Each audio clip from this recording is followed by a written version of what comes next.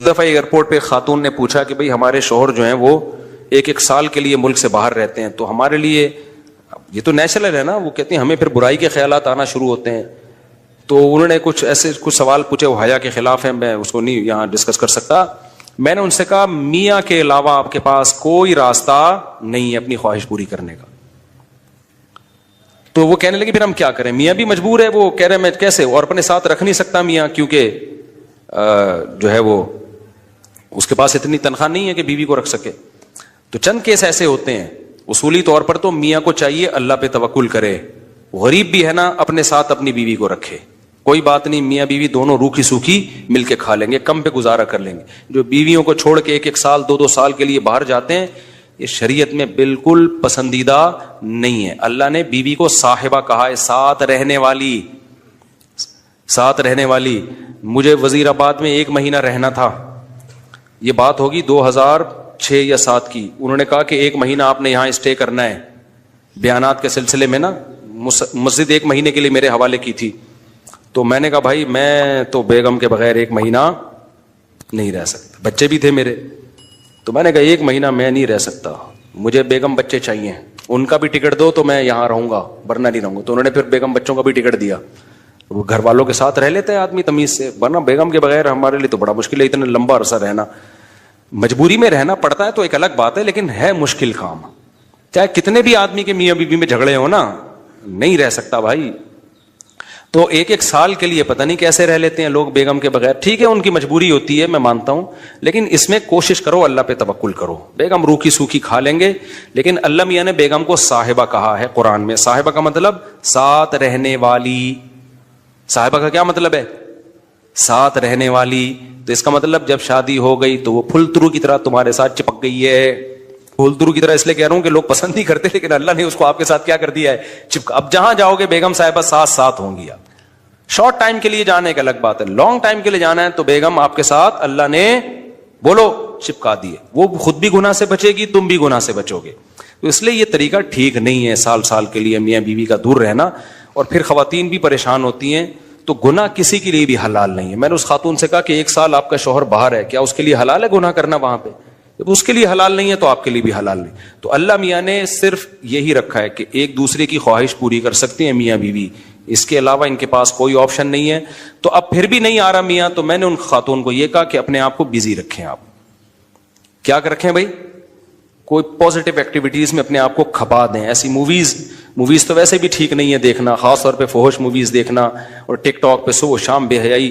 تو جب یہ انسان کی عادت ہے، جب وہ اپنے آپ کو کسی پازیٹیو کام میں لگا دیتا ہے نا، تو چند دن پھر یہ جھٹکے لگیں گے، اس کے بعد انسان نارمل. کئی لوگ ہیں جو 1 سال گھر سے باہر رہتے ہیں، مجبوری میں بیویاں بھی رہتی ہیں، وہ گناہ نہیں کرتے. وجہ کیا ہے کہ وہ سوچتے ہی نہیں نا اس بارے میں، وہ اپنے آپ کو بزی رکھتے ہیں، مصروف رکھتے ہیں. تبلیغی جماعت میں سال کے لیے لوگ جاتے ہیں. میں تو اس کو صحیح نہیں سمجھتا، بیگم کو، جوان بیوی کو چھوڑ کر جاؤ آپ. لیکن بہرحال جو جاتے ہیں تو وہ گناہ تھوڑی کرتے ہیں، بچے رہتے ہیں، کیونکہ وہ ایک خاص ترتیب میں اپنے آپ کو جوڑ چکے ہوتے ہیں. بہرحال یہ نہیں ہے اس کو. تبلیغی جماعت میں سال کے لیے جا رہے ہو، اگر شادی شدہ ہو بیگم کو بھی لے کے جاؤ ساتھ میں. ہم تو یہی کہتے ہیں تبلیغ والوں سے بھی، بھائی اگر سال کے لیے جا رہے ہو نا، تو یہ زمانہ بہت خطرناک زمانہ ہے. حضرت عمر نے جہاد میں نہیں چھوڑا تھا، تو یا اس کے لیے جو ہے وہ ایجڈ ہو گئی ہے، بوڑھی ہو گئی ہے، ایک الگ بات ہے. لیکن آج کل بہت مسائل کھڑے ہونے کا خطرہ ہوتا ہے. لوگ کہتے ہیں نہیں فلاں سال کے لیے گیا کوئی مسئلہ نہیں ہوا. بھائی مسئلہ ہونے پر حکم کا مدار نہیں ہے، فتنے پر حکم کا مدار ہے، خوف پر. بے پردگی جب ہوتی ہے تو لازمی زنا نہیں ہوتا، لیکن زنا کا خطرہ ہوتا ہے. تو خطرے کی بیس پہ شریعت نے عورت کو پردے کا حکم دیا ہے. سمجھ رہے ہو؟ تو آپ اپنی بیگم کو 1 سال کے لیے، جوان بیوی ہے، اس کو چھوڑ کے چلے گئے تو ضروری نہیں کہ وہ برائی میں لگے، لیکن برائی کا خطرہ ہے نا. تو خطروں کی بیس پہ احکام دیے ہیں شریعت نے. برائی کا یقین ہو پھر تو بالکل ہی حرام ہے. تو خطرے کی بیس ہے، خطرہ اس بات کا. اس لیے اتنا لمبا بیگم کو چھوڑ کے جانا ٹھیک. اور میں آپ سے بتاتا ہوں، دیکھو جس کو بیوی کے حقوق دینے ہو نا، اپنی بیٹی کو سامنے رکھ کے سوچ لے. آپ یہ چاہتے ہو کہ آپ کی بچی کی شادی ہو اور داماد اس کو 1 سال کے لیے چھوڑ کے چلا جائے، تو آپ اپنی بیٹی کے لیے پسند کرو گے اس بات کو؟ تو جو اپنے کے لیے پسند نہیں کر رہے، دوسروں کی بیٹیوں کے لیے کیوں پسند کر رہے ہو اس بات کو؟ بھائی یہ تو غلط ہے نا. تو اس لیے یہ اچھے لوگوں کی علامت نہیں ہے. ہاں تبلیغ میں اللہ کے لیے قربانی دے رہے ہوتے ہیں، لیکن بیگم کو بھی لے جاؤ یار. سمجھتے ہو گے نہیں سمجھتے؟ یا پھر شادی کے بغیر پہلے سال لگا لو, شادی کی ہے تو پھر بیگم کو ساتھ لے کے جاؤ. تو بڑے مسائل کھڑے ہونے کا خطرہ ہوتا ہے آج کل. تو اس لیے اس میں جب, اور اگر نہیں ہے کوئی صورت نہیں بن رہی ہے, تو پھر اپنے آپ کو مثبت ایکٹیویٹیز میں اتنا کھپا دو. تو میں آپ کو گارنٹی سے کہتا ہوں چند دن چند مہینوں کے بعد آپ کے دماغ سے وہ خیالات نکل جائیں گے. تو آپ مصروف کر دو گے اپنے آپ کو, لیکن اس بیس پہ آپ کے لیے کوئی بھی گناہ حلال نہیں ہے, گناہ حلال نہیں ہوگا آپ کے لیے. اچھا بھائی, طاہر شمیر رحیم یار خان انٹرچینج سے جب بھی گزر ہو میرے پاس کھانا کھا کے جائے. ٹھیک ہے انشاءاللہ, صلو علی الحبیب.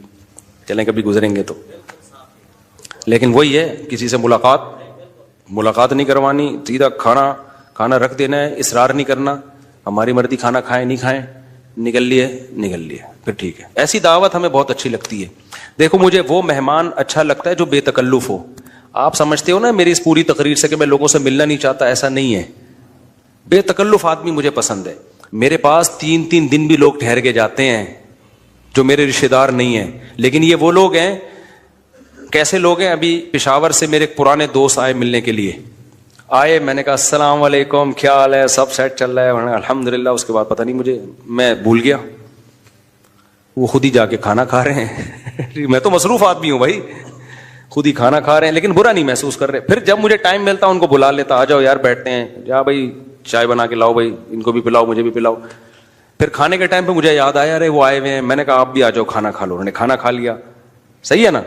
پھر بھول گیا میں, کہاں گئے پتہ نہیں کہاں گئے. پھر اگلے دن مجھے یاد آیا, اڑے بندہ آیا ہوا ہے بھائی, لیکن وہ ناراض نہیں ہو رہا. پھر میں آیا, جب میں فارغ ہوا میں نے کہا آ جاؤ یار, میں نے فلاں جگہ جانا ہے بیان کے لیے, آپ بھی میرے ساتھ ہی گاڑی میں آ جاؤ. اپنے ساتھ گاڑی میں بٹھایا, لے گئے ان کو, بیان کیا, گھمائے, پھر آیا اپنے ساتھ ہی واپس لے. پھر بھول گیا میں, پتہ نہیں بندہ گیا کہاں پہ. تو وہ ناراض نہیں ہوئے. 3 دن اسی طرح ہم نے ہنسی خوشی گزارے. اس کے بعد وہ نکل لیے. انہوں نے کہا میں پشاور پہنچ چکا ہوں. میں نے کہا یار کوئی میری طرف سے کوتاہی ہو گئی, معاف کر دینا. کہہ رہے کہنا تو یہ چاہیے تھا, بدتمیزی کی انتہا کر دیا آپ نے. لیکن وہ خوش تھا. تو ایسے بندے 100 دفعہ ہیں. میں نے تو ایک کمرہ اسپیشل مہمانوں کے لیے بنایا ہوا ہے, واش روم کے ساتھ, کہ مہمان آئیں اسٹے کریں یہاں پہ. لیکن وہ مہمان جو تکلف والا نہ ہو کہ جی پوچھا نہیں مجھے ناشتے میں مفتی صاحب نے, بھائی ہماری بہت ٹینشن ہے, ابھی یہ تجھے پوچھیں گے تو ہم تو گھر والوں کو کون پوچھے گا. ہاں کوئی بہت میرے ٹیچر آ جائے نا, استاد